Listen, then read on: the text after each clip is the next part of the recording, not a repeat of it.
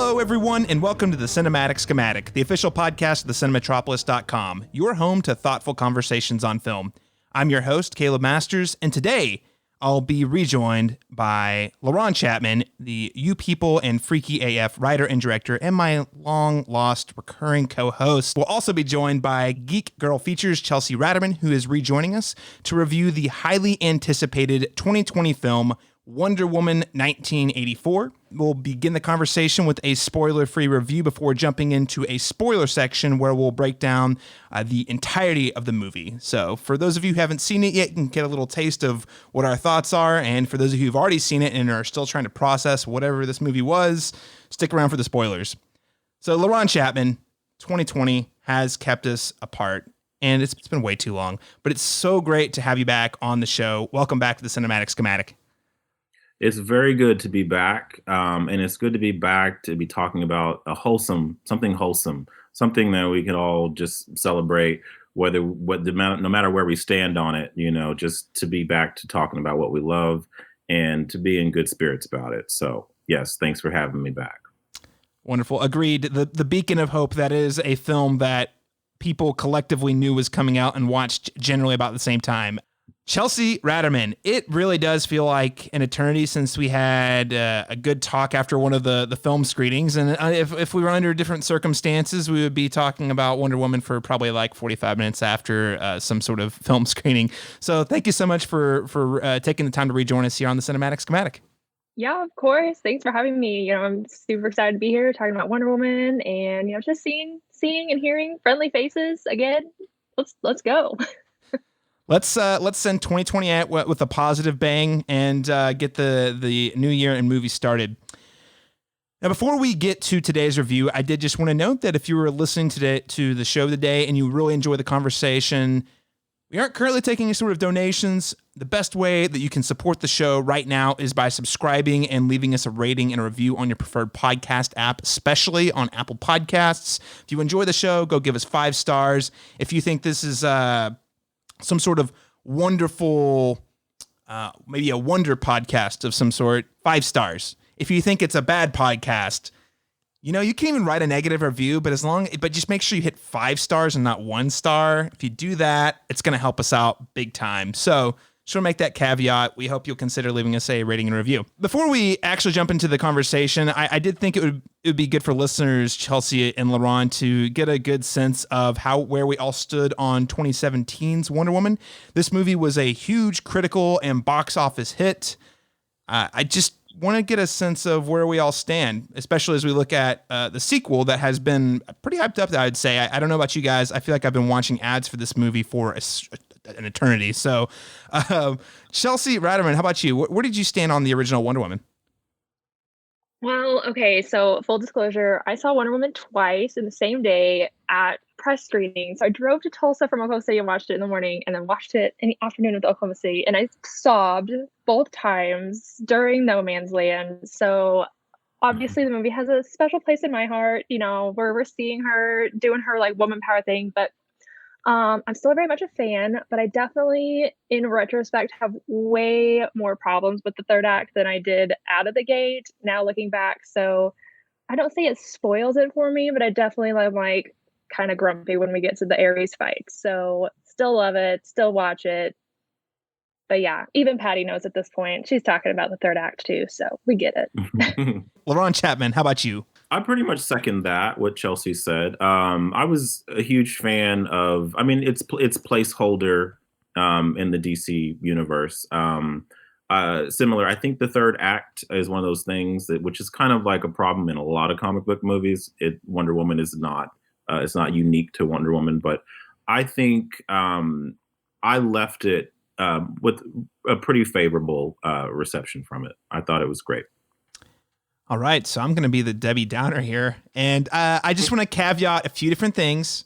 One, I actually was not as vocal about my opinion on Wonder Woman because I was like, yes, make all the money, give Patty Jenkins a successful sequel and more women directors, and hey, look, we got Chloe Zhao directing a Marvel movie now. So my whole thing was I actually thought it was a very average at best movie.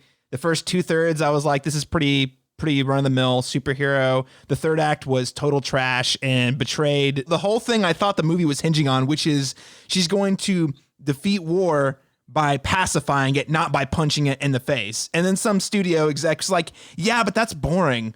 Why would we do that? I want to also say the whole movie, while I was not thrilled with the movie as a whole, there are some bona fide A+ moments. No Man's Land is one of the best, most iconic scenes of superhero cinema in the last 10 years. So no bones about it. It is very, very good and deserves the praise. But on the whole, I just felt like they were really lifting from Captain America: The First Avenger a little too heavily. Yes, it has Gal Gadot, who is, really personifies that role versus, Chris Evans. But I didn't come to understand why I should feel as passionately about her outside of the fact that it was a Wonder Woman. If that makes sense.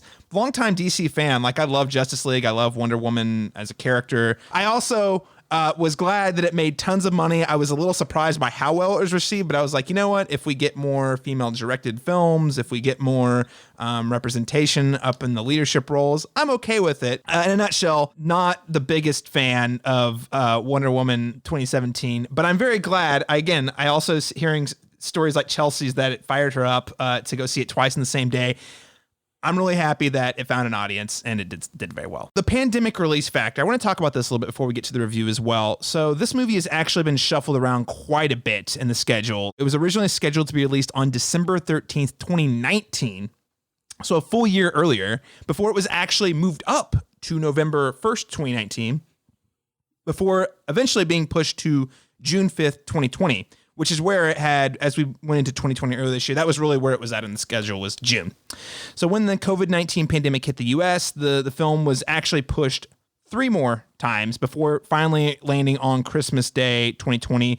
And they also made the, I would say, groundbreaking announcement that it was going to be released on HBO Max the same day it was released in theaters. First up, pre-pandemic, was Wonder Woman 1984. Were you looking forward to it? Was it just another blockbuster on your list? Laron, talk to us a little about pre-pandemic and post-pandemic. How did your feelings on Wonder Woman 1984 look heading into it? I mean, I would say pre-pandemic, it was definitely on my radar as something I was looking forward to seeing how they followed up with. But I think that my excitement for seeing it, in the midst of the pandemic, definitely, I think the way they marketed it is it kind of being the highlight of this really shitty year in movies. Not shitty year in terms of like, in general, like movies have been fine, but as far as like being able to go see blockbusters in a year where we can't go to the theater, it was like, this is a nice merging of those two worlds where we can kind of like, we can still see the big blockbuster movie. It's a bookend of the year, and it's again this wholesome DC character that is beloved by so many. So I think that my anticipation for it built because of frankly not being able to go to the movies and see it as the way I would intend to. Yeah, I think most definitely. I would say that's probably a pretty common experience among viewers. Chelsea?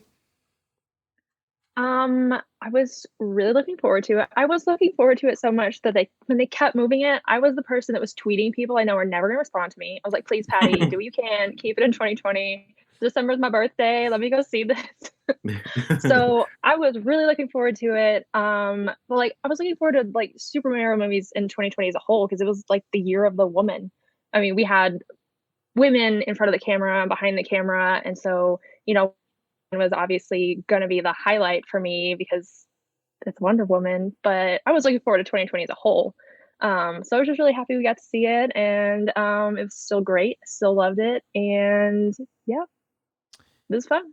Yeah. So, I mean, I would say that's a good point, Chelsea. We had very few actual superhero movies, unless you count like Power from Netflix or something, like it's like we had, this is the first year since 2009 that we did not have a Marvel film release. We several other delays on the slate from multiple studios. So it really, I know, Laron, we've talked a lot about this in the past, like superhero fatigue being a real thing. And I think, at least in my mind, this year might have done me some favors on getting excited about superhero films again, because I was along with you guys, genuinely pretty excited to seeing a big spectacle blockbuster again, after not having seen really any all year round outside of Tenet, and that's just a really different flavor of blockbuster. So I was also looking forward to it. And also, guys, I'm so tired of seeing the ads. I wanted to see the movie so I could like put it behind me and the ad machine could stop after a year. Yeah. I was like, I feel like I've seen this one shot 50 million times. Without further ado, let's go ahead and jump into our spoiler-free review of Wonder Woman 1984. My life hasn't been what you probably think it has. We all have our struggles. Have you ever been in love? A long, long time ago. You? So many times. Yeah, all the time.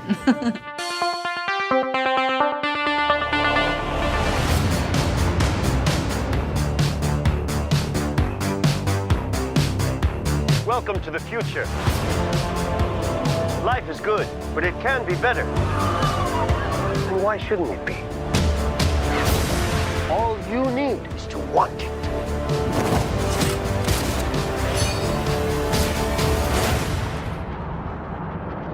Think about finally having everything you always wanted. All right, Wonder Woman 1984, according to IMDb, is described as rewind to the 1980s as Wonder Woman's next big screen adventure finds her facing two all-new foes, Max Lord and the Cheetah. That is... Some of these are very poorly written and vague, and this one absolutely feels like it was written by a studio or like a studio copywriter. So yes. So you guys were giving us a little bit of a sneak peek here. So I want to really open up this question about how we watched Wonder Woman 1984, because I think everyone's kind of at their own pace, like how comfortable they are going to theaters. Especially with this movie being released day of on HBO Max. Did you choose to go to the theater? Did you choose to stay home? Why or why not? And we'll start with you, Chelsea, because I know that you made a real special occasion out of this one, right? I did. So I mentioned before, I was like begging Patty on Twitter to keep it in my birthday month. So a really big group of my friends and I, we took advantage of that private theater rental that AMC has been plugging. So we rented out a theater. It was about 15 of us. So I would definitely say that we are a loud enough group to simulate a packed house. So, definitely when you're in your group of your own people, when if they're going to talk or do whatever they're doing, you're not minding too much as in a crowd of strangers. So it was super fun. I really hope AMC kind of keeps them around at the prices they've got them at. The day and date release definitely benefited us price-wise. It was $199 to rent out the whole theater, so it came out to about $15 a person. I think whenever Tenet was in theaters, it was about $350 for the auditorium, which probably would have been like $20 if you maxed out the 20 people, which is still totally doable. And I know we're kind of hoping they keep it around for future, because we're like, we're gonna do this again. We hope it was super fun. We love it. We hope AMC survives long enough to continue to offer such a bargain price. Yes.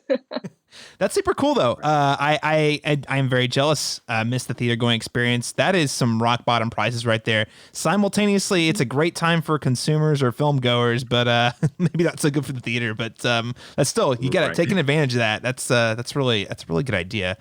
In fact, I might have to start looking at the 2021 calendar myself now. Laron, how about you? How did you watch the film? I mean, there were a couple of factors that kind of dictated my decision to watch it at home this year on HBO Max. One, because didn't have HBO Max prior to this. So it also is kind of taking advantage of the opportunity to be able to do that. I do have surround sound, so I simulate it. It still felt like an experience in the house, but I definitely miss going to the theater and seeing it with a packed house of people. But I think, for one, the pandemic, two, it being Christmas and just kind of chaotic and not being able to get out that particular day. A lot of things contributed to it. But I think under normal circumstances, if you had removed the pandemic from this, there would be no question that I would have saw it in theaters with a large audience. So. Oh, 100%. Yeah, I'm right there with you. I also watched this at home, and there were several factors, the pandemic being one. Just personally, is it worth the risk? And I'm not renting out a theater with 15 of my friends, so it's like, is it worth the risk to go in a theater that's potentially full of strangers? Apparently, we just needed to be better friends with Chelsea. For real. I know. All right, guys. We're gonna schedule a watch party for something, and just be on the lookout. Wonder Woman. We still have the third. Guys. The third one's coming. The third one's coming. If AMC survives for 3 more years. I mean, the trailers look promising. We have the Kingsman. Hopefully they hold March. We can do that one. That one looks great. Oh, the Kingsman in March. There you go. There we go. Yeah. I had the Matrix 4, but that one's not until like December. So that's a little late in the game. Oh, yikes. Yeah.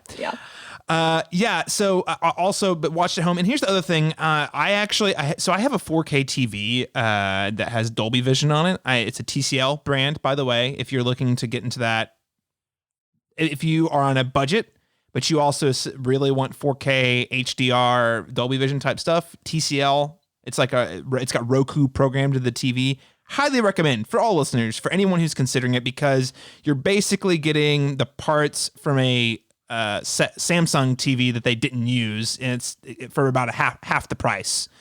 So it's very, it's still a 4K TV. It's still a TV, but it's definitely, I would say, within striking distance of most people's television budgets if they're looking to get something nice. So anyway, I say that to say that whenever one of my criticisms of HBO Max, there have been many, even though I think it has the best content library, HBO Max does not offer 4K HDR Dolby Vision for any of their stuff. It's all just HD, which again, not a big deal, but now that we're definitely stuck at home and Netflix has been offering 4K HDR content for so long, I was like, oh man, are they really going to put out Wonder Woman, out in normal high definition? And great news, this is the first movie they rolled out in 4K HDR Dolby Vision, my whole thing. It was great.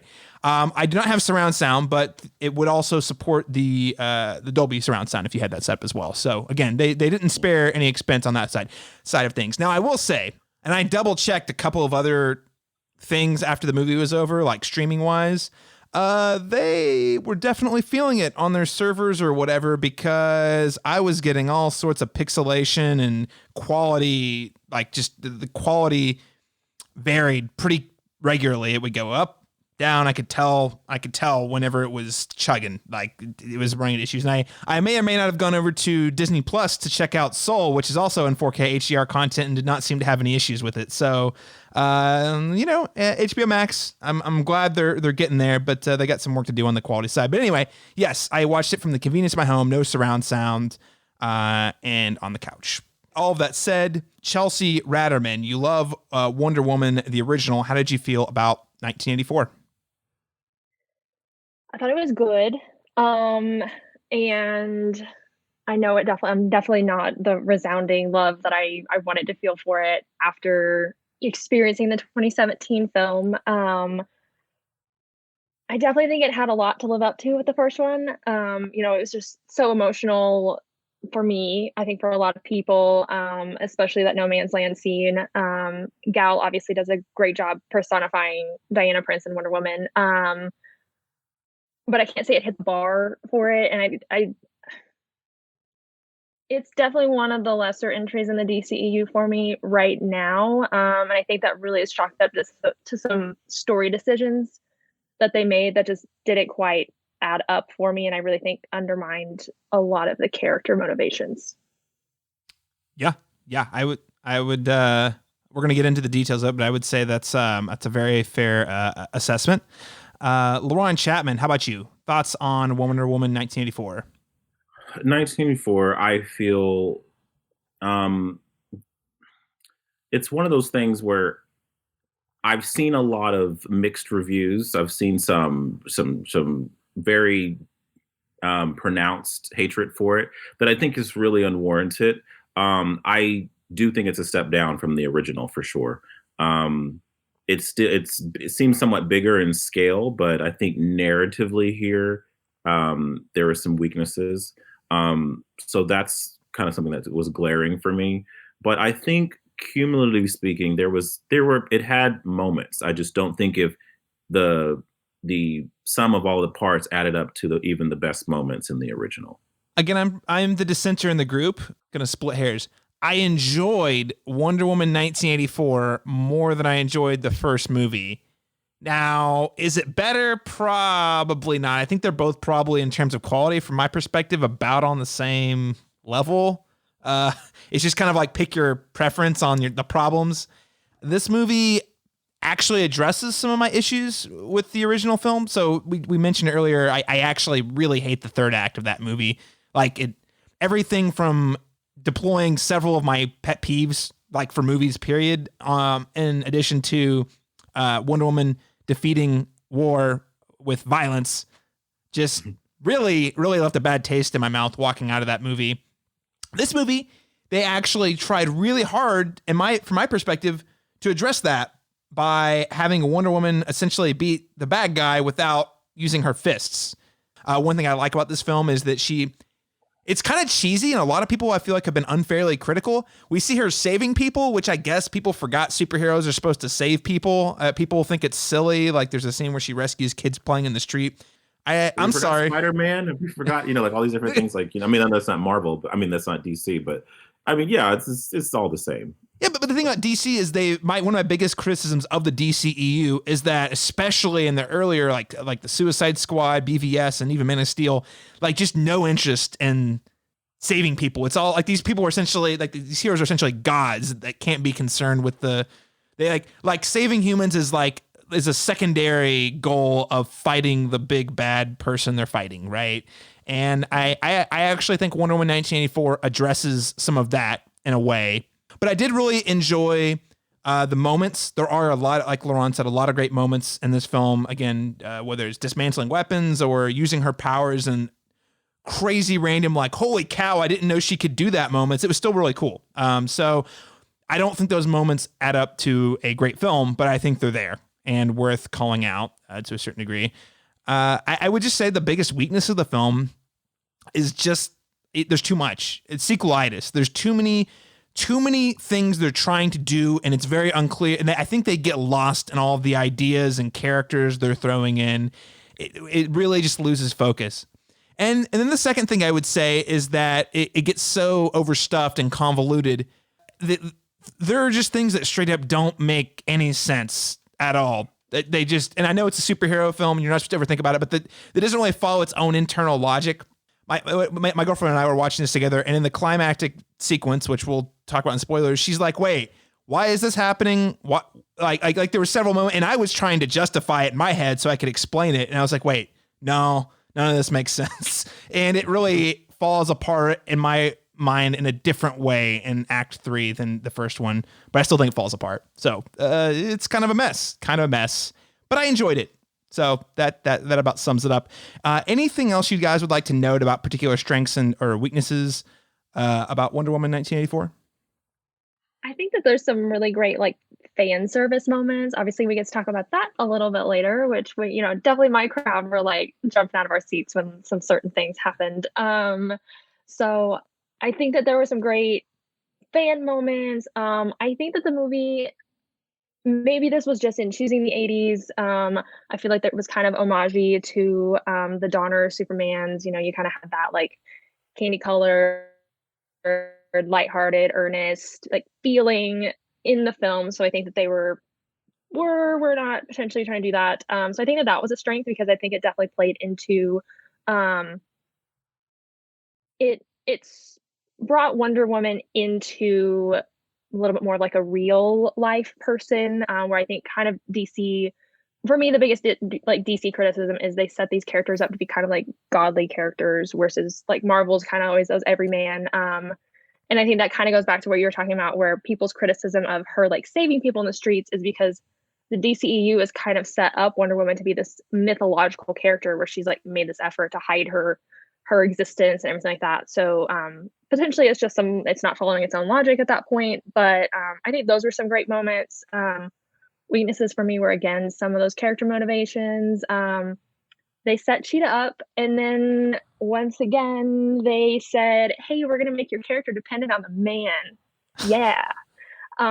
So Maxwell Lord could exist without Cheetah, but Cheetah cannot exist without Maxwell Lord. And that really undermines Cheetah as a character, and by bringing her to the screen and removing her motivations, where she's really the foil for Wonder Woman in so many of the interactions, it really does her character such a disservice. Yeah, I'm really glad you mentioned that, Chelsea, because I actually think the setup for that character is awesome. Acts 1 and 2, I'm like, I am on board, and it's okay. So this happened. They get to Act 3 and they're like, wait a second, we need Wonder Woman to punch someone for a climactic fight. Well, we know Cheetah sometime, and I was just talking about this with my comic book scholar friend Joshua Unruh, and he was telling me that she's not always a cheetah, like actual, like, you know, mutation cheetah or whatever. She's only sometimes that. And he was telling me about the storyline they were inspired from, and I was like, wow, that actually sounds awesome. But then it's probably some executive or like, wait, we gotta fight something. So what if we put a big CGI version of her in there just because? And it really, I think you're right, it really undermines what they were setting up in the first 2 acts, which I actually thought was pretty compelling. Mm-hmm. For those of you who remember, have heard me criticize the Wolverine, another superhero movie that does this exact same thing, where you're like, this movie's so great, and then the third act, they're like, wait a second, guys, it's a superhero movie, big CGI monster, go fight. That's how we're gonna close it out, even if it makes no sense. Yeah, but no, I think that's a good thing to call out, and I also think, you know, if we are going to compare it to other movies in the DCEU, including 2017's Wonder Woman, like where would you rate? I guess rank it or rate it. Like, is it like one of your favorites? Is it lesser favorites? Is it middle of the pack? Do you think they're doing good things here? Laron, any thoughts on that? I'm kind of a more of a Marvel purist, so I mean, I like some DC films. But I think, I mean, if we're staying in that lane and only speaking of it, I liked Wonder Woman quite a bit for the reason, I mean, in comparison to some of the other DC films, because of the charisma and the levity that they added to it, that I feel is not really present in things like Batman versus Superman. You know what I mean? Like, where it's just joyless to me. Where here you have Gal Gadot, I mean, she's not just gorgeous. She also has a really commanding, magnetic, screen presence. And so I liked getting to know her in the first one. I liked seeing her character and just how wholesome and earnest that she is. I think that translates in the sequel. I think that's still there. Well, my issue mainly, it wasn't the third act in this one. It was the second. I felt like it starts really well and it ends decent. I just think that there was just this large, mammoth of a middle section that was just a lot of plotting for me that didn't really amount to anything very impactful in the end. So it falls apart, like you says, in a different way. But I think a lot of it has to do with that momentum, just the air of it was being sucked out of it in the middle. That's what I would say was the most glaring issue for me. I mean, it's all about whenever you jump the ship, Laron. You're saying it happens in Act 2. I'm saying you're probably right, but I was trying real hard to stay on board until Act 3, and I was like, no, this doesn't make any sense. I'm done. No, I think that's fair because the second act, okay, there are things that work about it. Like, I really do think that the way they were setting Cheetah up in Act 2 was still pretty good because that was when she's in the middle of, well, again, we'll get into the spoilers, but she's on a journey, and then the journey in Acts 1 and 2 connect, and then in Act 3 it's like a hard left turn away from the thing, or she teleports to a different arc entirely. One of those sorts of things. But I would say in terms of like Maxwell Lord's stuff, I think that stuff definitely goes off the rails in Act 2, where it doesn't make any sense, and we can get into that in spoilers. But I think character motivations is a thing Chelsea brought up, and I have tons of questions about both Cheetah and Maxwell Lord's character motivations. I will say one thing I didn't mention in my positives though. Performances here, I actually think the performances are all very good. I think the script's terrible, but I think the performances across the board are great. Gal Gadot is just getting better with every time she plays the character.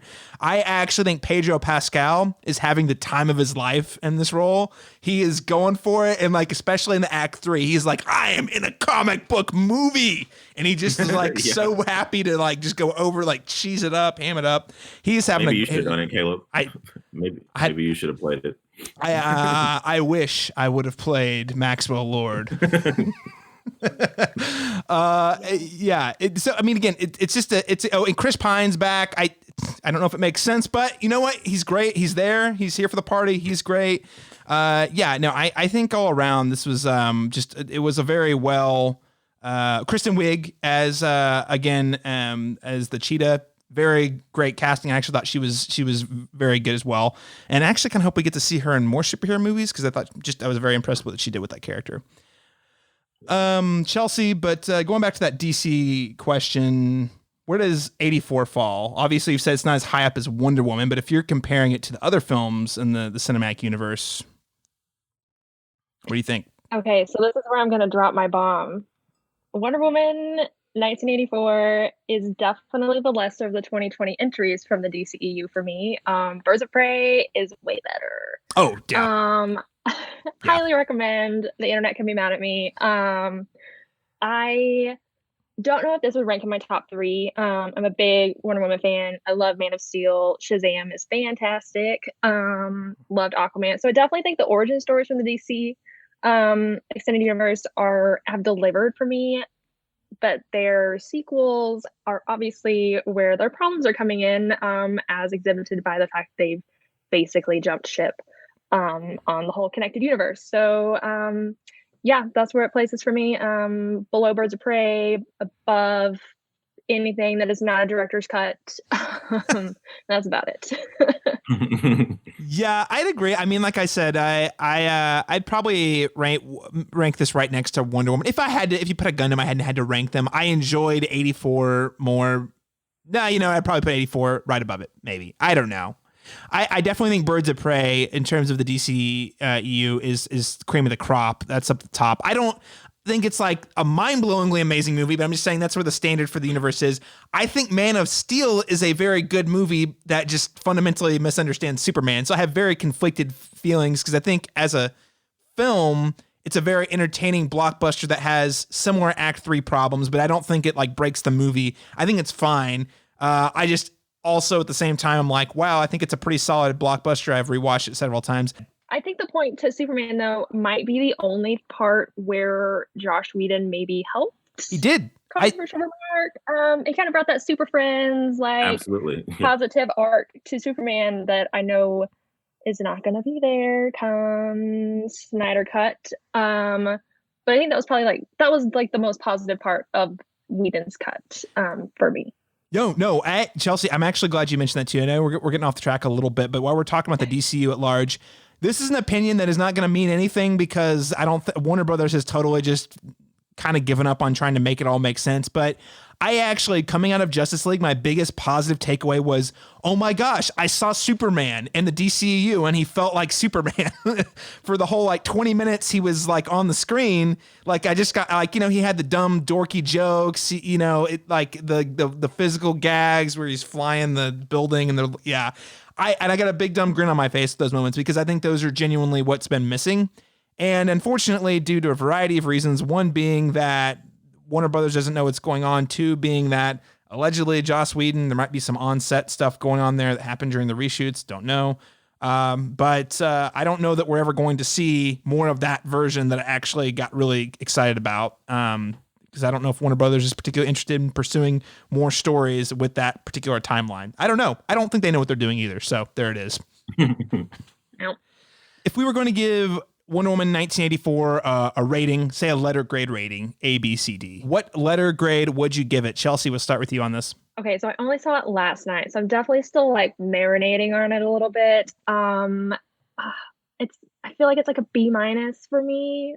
Maybe I might change it in the forthcoming future when I actually write my review. So I'm gonna say B- for right now. B-? Okay. I think that's fair. I think there's a lot to enjoy here. Laron, how about you? Goodness, me and Chelsea are spot on here. Yeah, I was gonna say if it was a star rating out of 1 to 4, it would have been 2.5, which equates to being a B-. So I would say B- is a solid amount. I think it's slightly better than average, but just slightly. So I feel like when you say 3 stars, you have a solid I really liked it. B- to me is I liked it, there were problems. Mm-hmm. I thought I was being pretty middle of the road when I said this was like an equivalent to like a C. And honestly, after thinking about more, I'm leaning more on the C minus, and I still feel like I'm being a lot nicer than a lot of people because I enjoyed it. I had a fun time. There were moments that I loved. I have pretty much zero interest in revisiting it, and I will say too, I put it the name Wonder Woman 1984 in the ringer for most disappointing film of 2020 in our Oklahoma Film Critics Circle voting. Not because I think it's the worst movie, but because like we've all been waiting for so long to see a big movie, and the moments are great. There's an opening sequence in Themyscira, awesome. There are, and we're gonna rattle them off in spoilers, but I can name 4 or 5 moments. I was like, this is great. Put a big grin on my face, or I laughed, or I said, oh wow.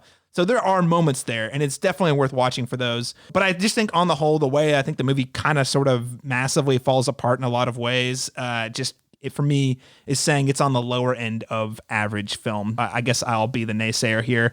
That is not to say that you shouldn't see it, but just that I would temper your expectations before going into Wonder Woman 1984.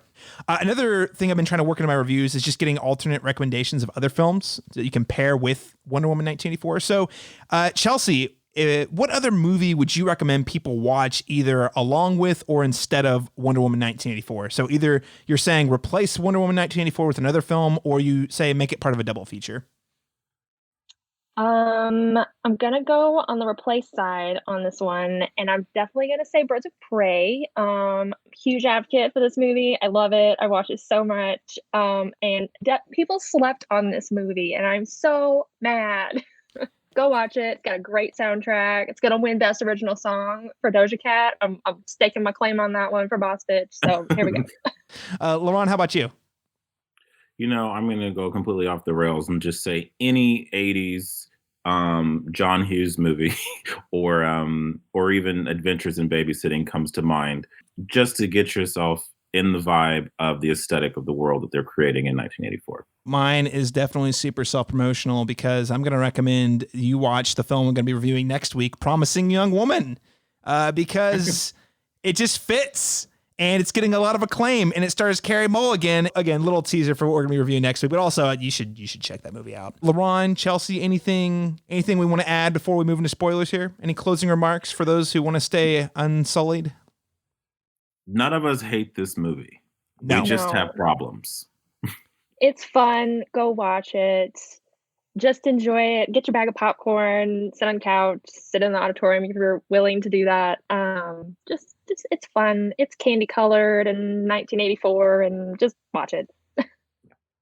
Me being the most critical, I still think it's worth it. I don't think you're going to be upset you watched it. I don't hate it. I just have a lot of problems with it, as you'll hear in spoilers. All right. If you do not want to be spoiled on Wonder Woman 1984, go ahead and tune out now.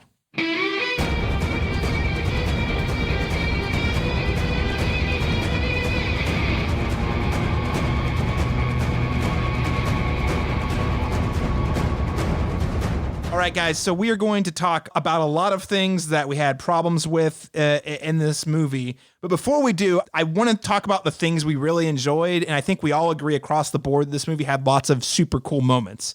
I'll just start us off by saying there are several, but I think one of my favorite moments early in the film was that when she gets a hold of some guns, crushes them in her hands, and says, "I hate guns." And I was like, I'm here for this movie. I'm here for this movie. This is exactly why I'm watching it. It's so great. I felt it was a very cathartic moment. Let's crush the awfulness in our bare hands. This is why I love Wonder Woman. Yes, fun moment. Loved it. But Chelsea, I'll pass it to you. What was a moment you really liked? So the movie I really liked, I really loved. My whole group was like I said, we were like standing up and screaming, like, oh my gosh, was the Invisible Jet. Yes. Like, can we just oh my gosh, we got the Invisible Jet, and it was cool. Like, it wasn't super weird and corny like in the comic books where you could see her but not the jet. No, it was cool. It was great. Oh my gosh. Well, and it was one of those things too, the second, I don't know, and I guess I forgot Steve was a pilot. The second she looked up at a plane really early in the movie, I was like, all right, we're getting the Invisible Jet. When's it gonna happen? I wasn't even expecting it. They kept it so under wraps, and I was like, okay, so yeah, he's a pilot. I was like, oh, they're gonna have this cute romantic plane scene, and then she's sitting in the cockpit. She's like, there's this thing that Zeus can do, and I was like, Oh my gosh. And like, we're just all freaking out in the front row and we're like, that is going to happen. And then she does it like right then. Like she makes the Yep. invisible plane like almost like the second they introduce the idea, she's like, oh, I'm going to try it on this plane. Yep. Yeah, It was great. it was I loved great. it. Thank you so much. DC, Patty, everybody. Thank you. Laron, how about you? Any moments in particular stick out to you?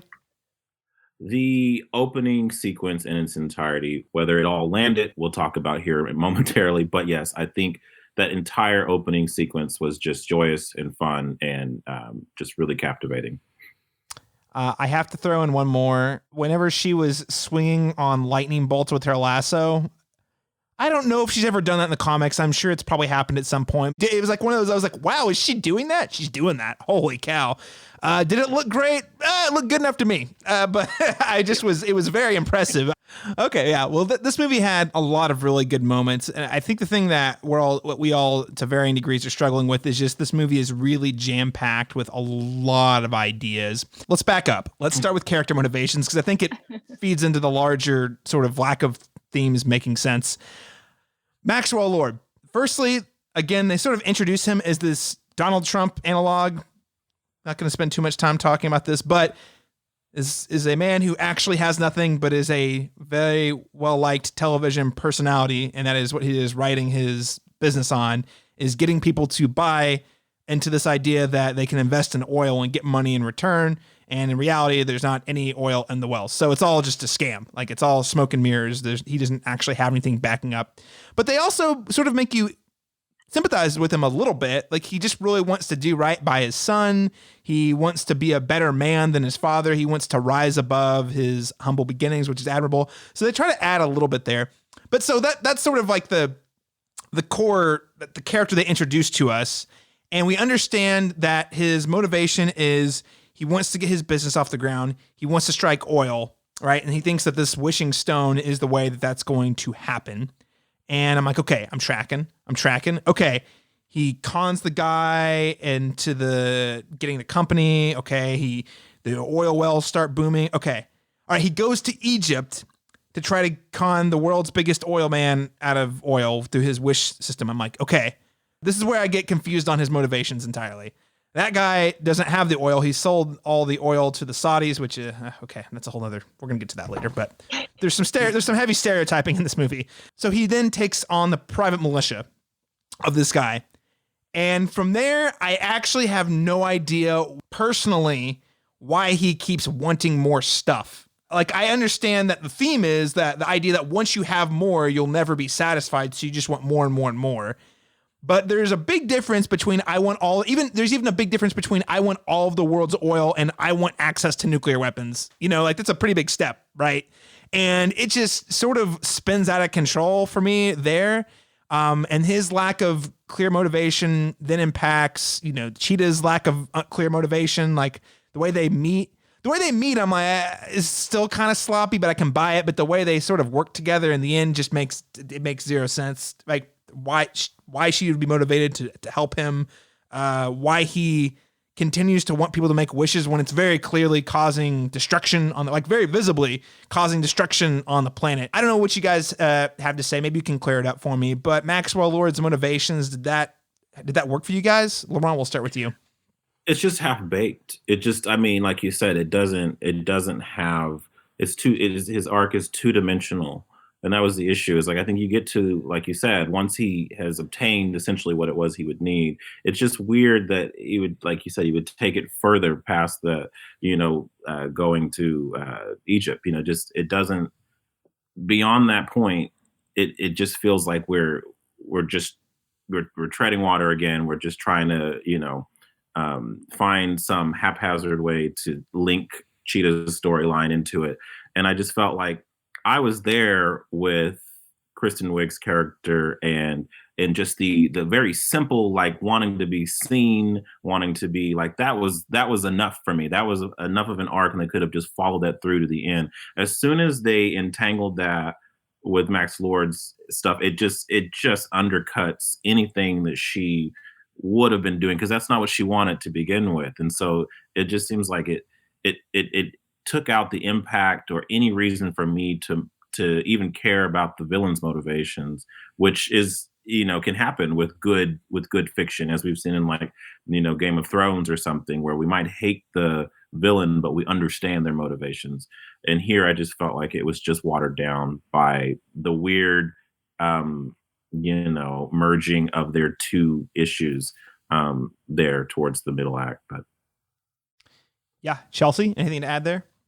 I definitely don't think the themes that you mentioned were followed through. I think maybe you could track more like a power corrupts kind of thing with Maxwell Lord. Cheetah's thing, they definitely gave up totally in the third act. Like Laron said, I mean, like they totally were setting her up to be a great villain and, live up to that foil of being Wonder Woman, the foil of Wonder Woman, and they didn't.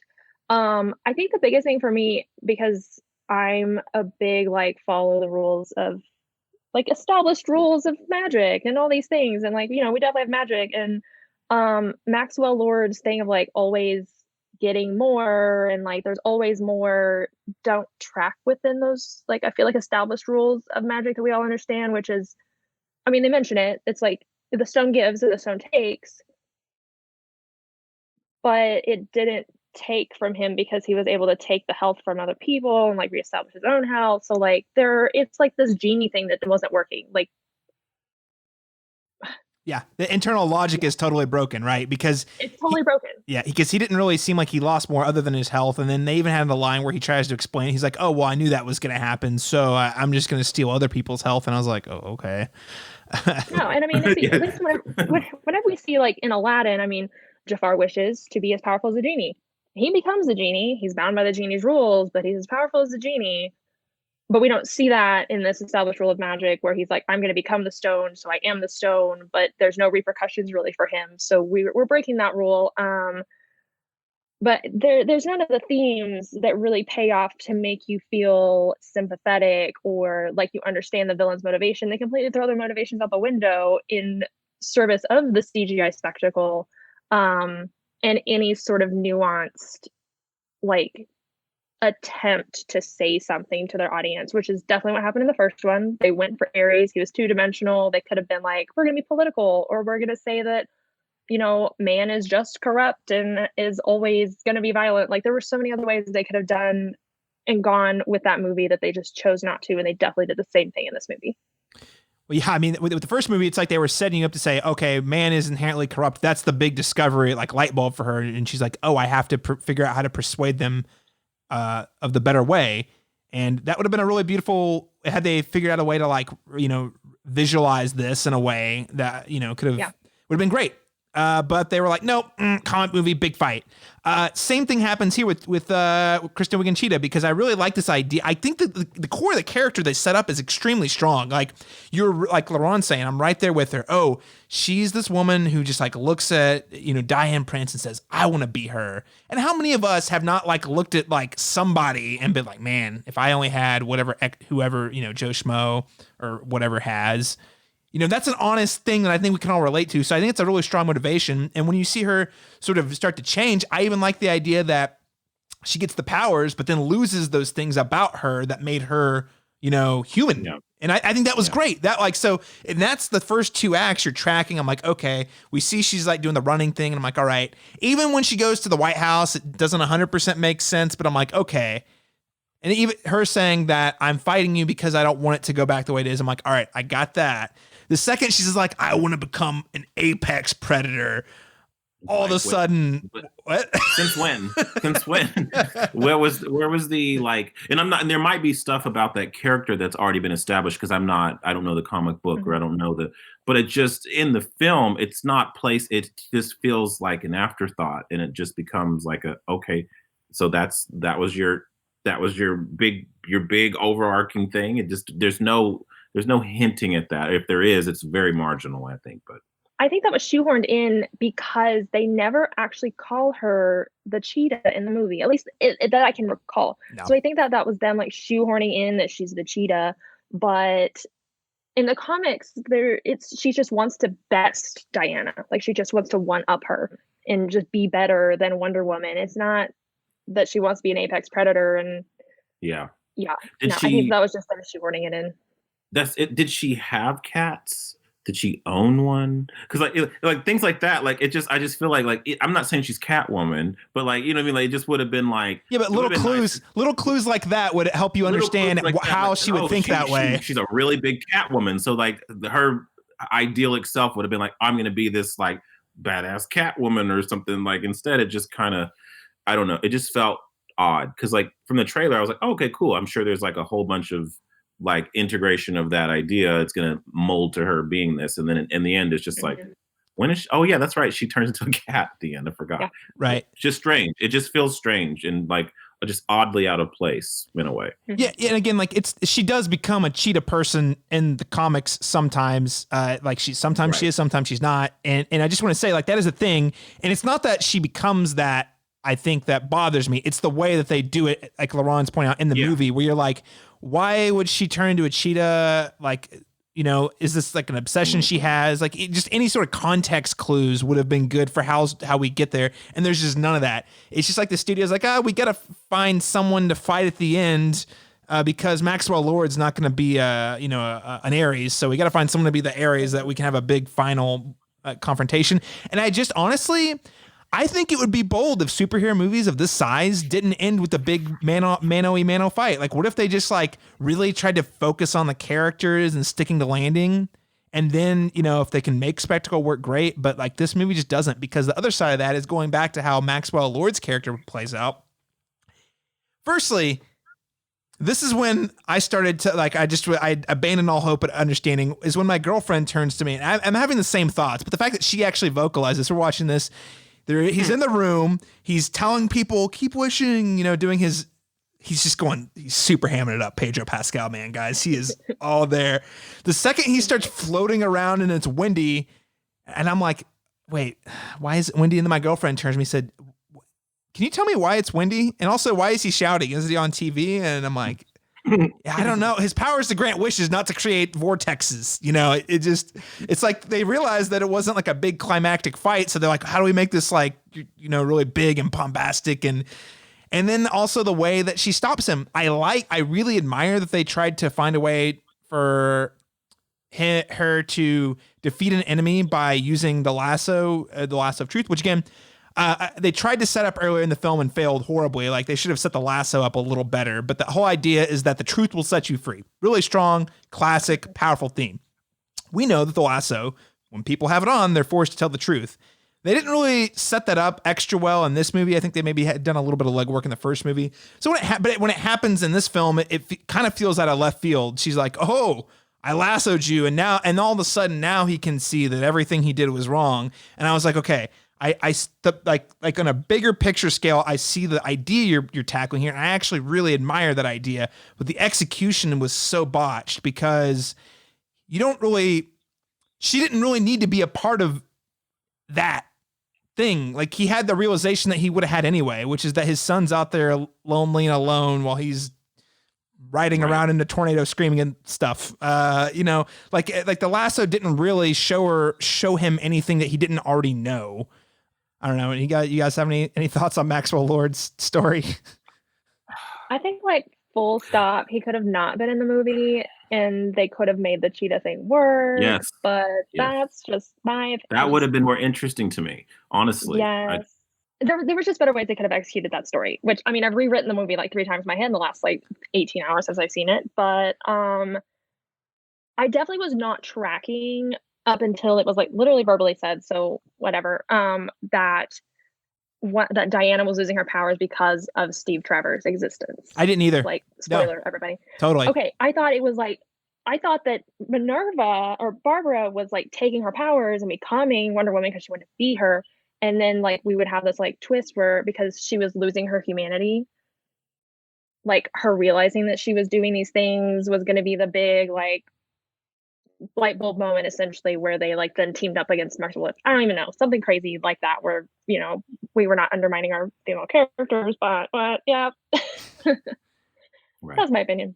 Did we like Chris Pine being back? Did it work? Did you guys buy it? I liked it for Diana's arc in terms of like what she had to give up. Because that did hit me. That was probably the most meaningful takeaway I had from the movie. But I think the hour and a half of him being around and just kind of, he didn't do much to. I mean, it didn't add much to the story, really. I mean, I think it would have been.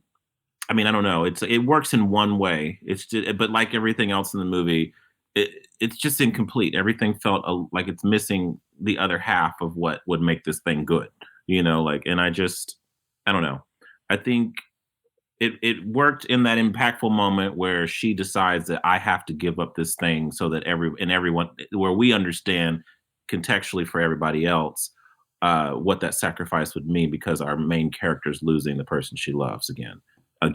I think Steve Trevor's existence was just to try and put Diana Prince on a level with our villains, if that kind of makes sense, because she does have this speech where she's like, I want to be selfish and not give you up. And we definitely have these two selfish characters that are saying we're doing these things for our own motivations, the world be damned. I think that was them trying to make those connections, and whether or not it worked is definitely up to the viewer. The moments where both when he arrives and when he has to leave were super emotional, but I think that's just why he was there to put her on a field with the villains. That was it. I mean, I understand the intent behind him existing.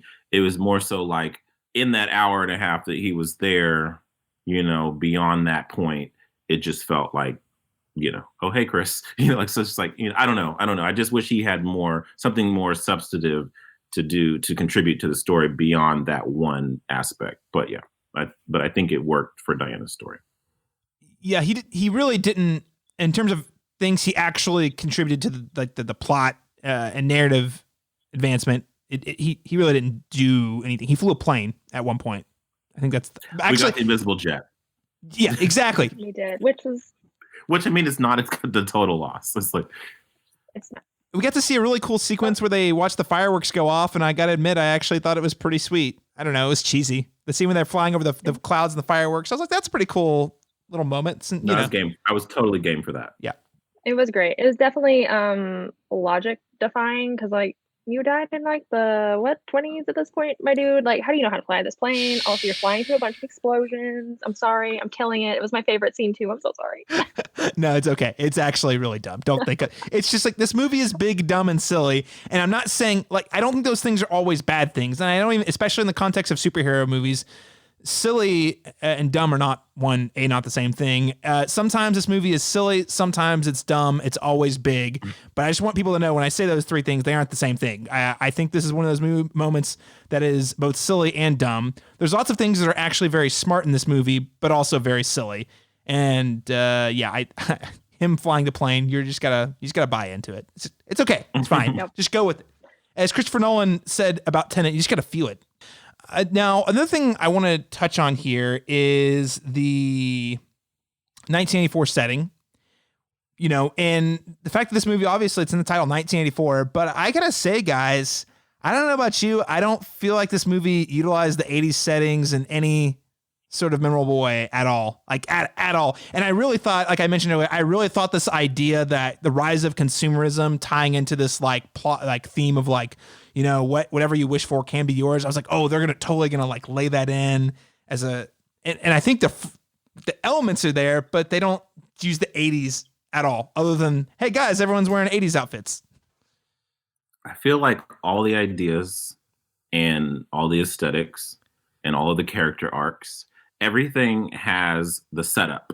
There's no follow through on almost everything.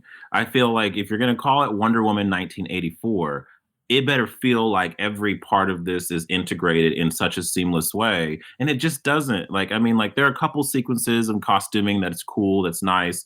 But like, it's just kind of, again, it feels like an afterthought. Like, they didn't have like a heavy 80s soundtrack going on. Like, things I would have utilized to help, add, texture, and authenticity to that space. But, and I'm only saying that, like, I wouldn't say it if it was just Wonder Woman 2, but because it's Wonder Woman 1984, you just think that would have taken a little bit more prominence in the story. But yeah, Chelsea, any thoughts there?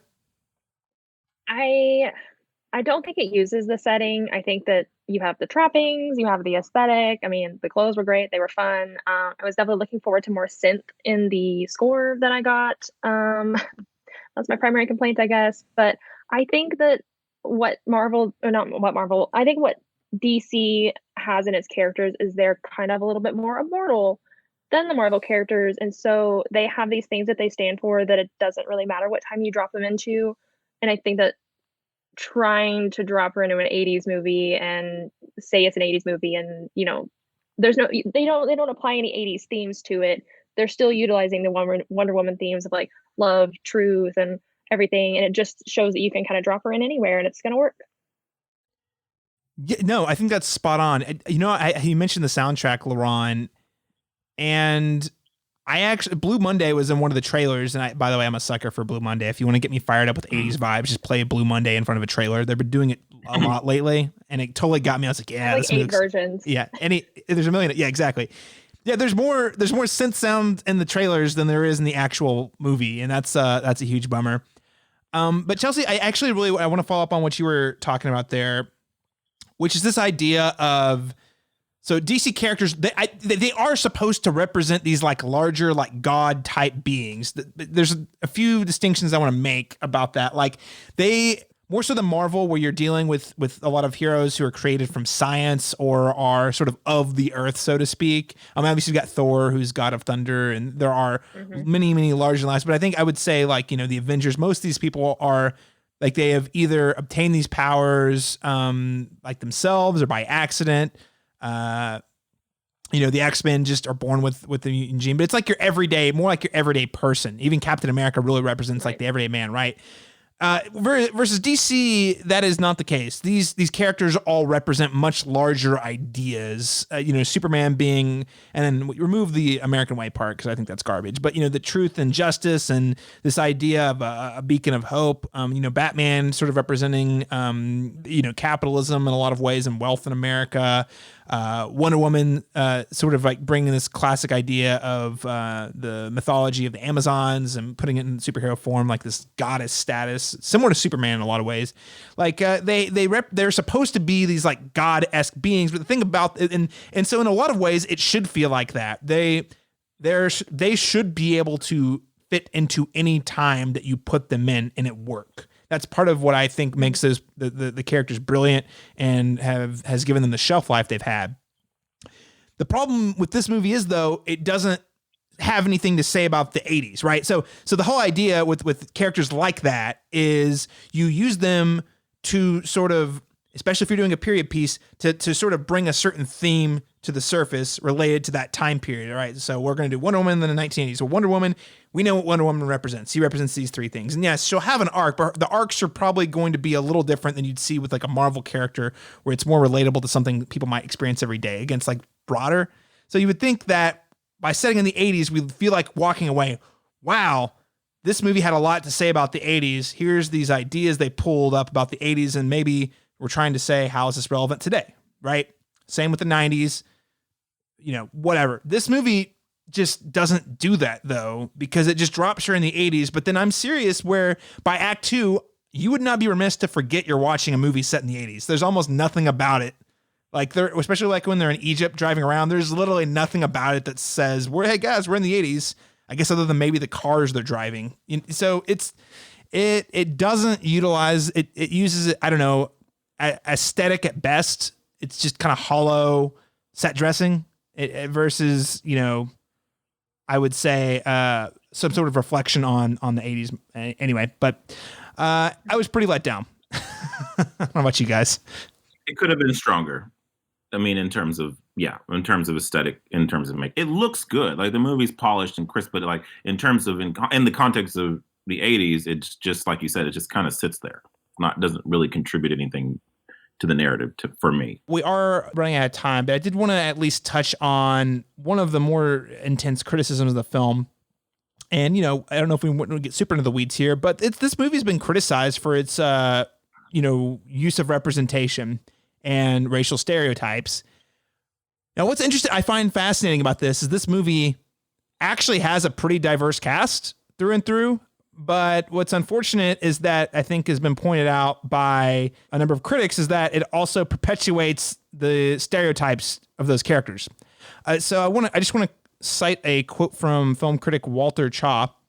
And he says, if you're keeping score, Wonder Woman in 1984 says that returning colonized land in the Middle East is bad, that a woman wishing she had more self-esteem is bad, that an abused child who witnessed his mother getting beaten wanting a better life for his own kid is bad, the Back to the Future Part 2 is the best film in the trilogy, and that the one most worth emulating in tone, that 1984 was a beautiful time in the U.S. history, and that the troubles of the fabulously wealthy and beautiful are primary and deserve to be the foreground because they are the most oppressed, generous, and misunderstood folks on the planet.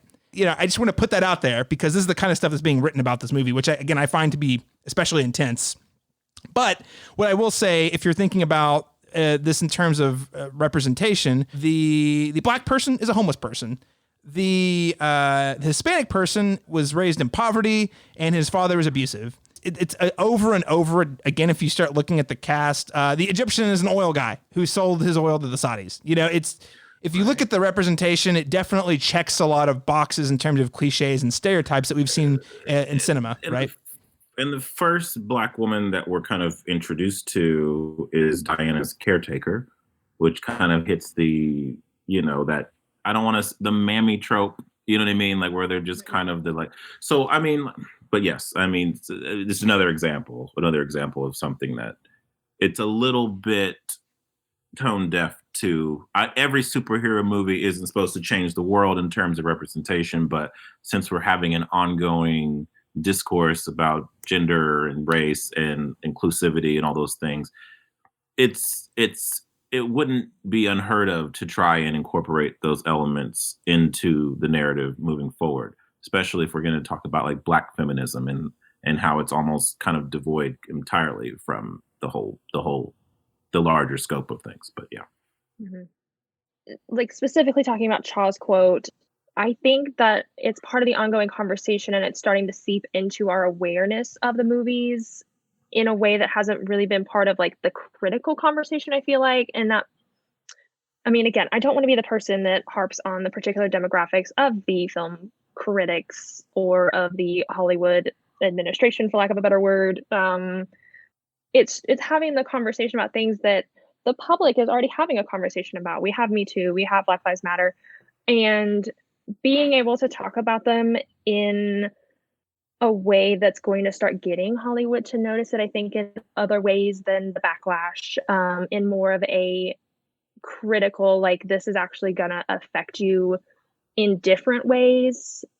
When it comes to like mainstream feminism, it covers that. It just seems like it takes kind of like race and other identities are kind of taking, the backseat or on the back burner in terms in place of just gender equality, which in and of itself, I mean, that could be what she represents. But then if we say that, then there's obviously that opens the door to say like, well, but gender equality doesn't just mean white gender, like white women, like in general, like it could be, there's so many women that Wonder Woman could represent without it like beating over the head with the racial, whatever.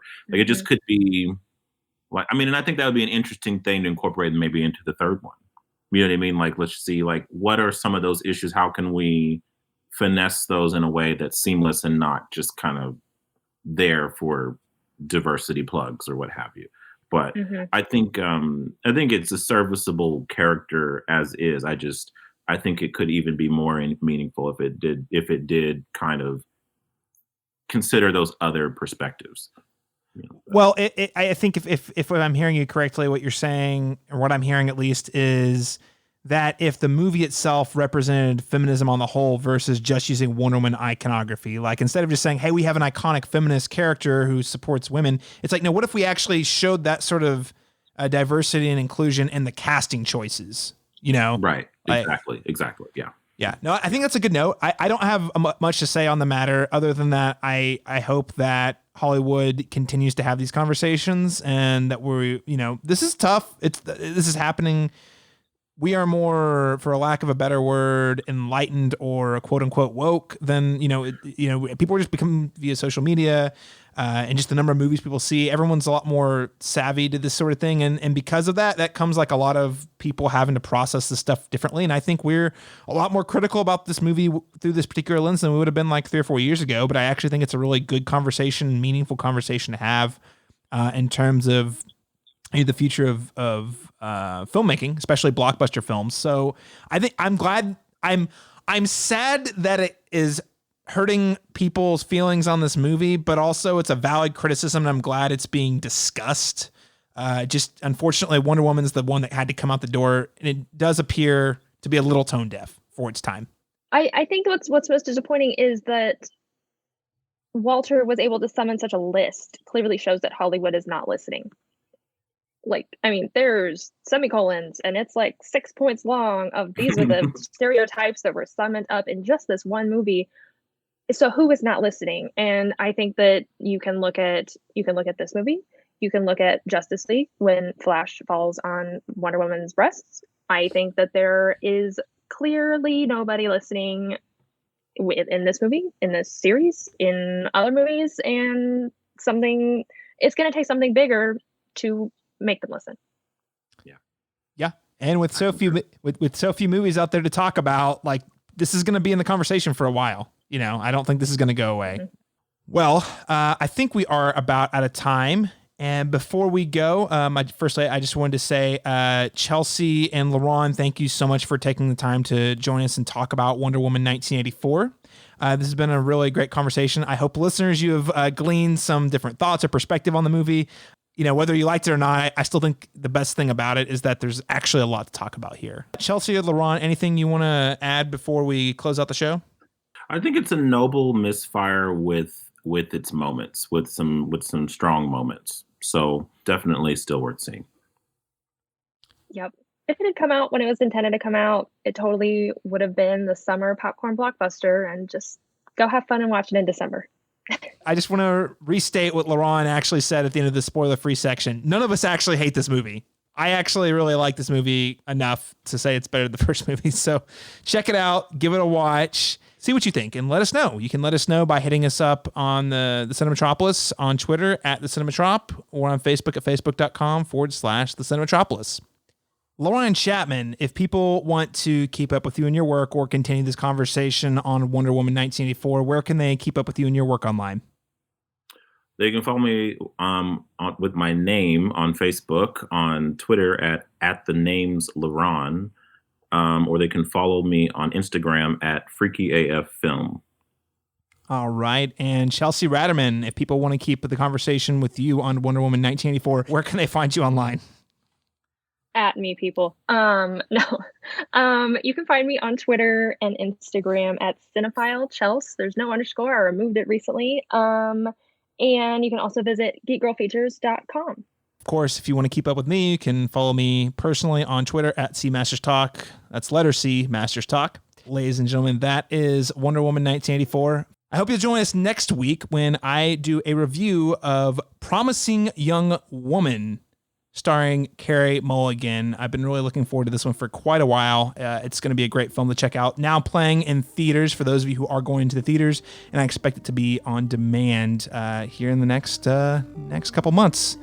Thank you so much for joining us. Catch you again next time.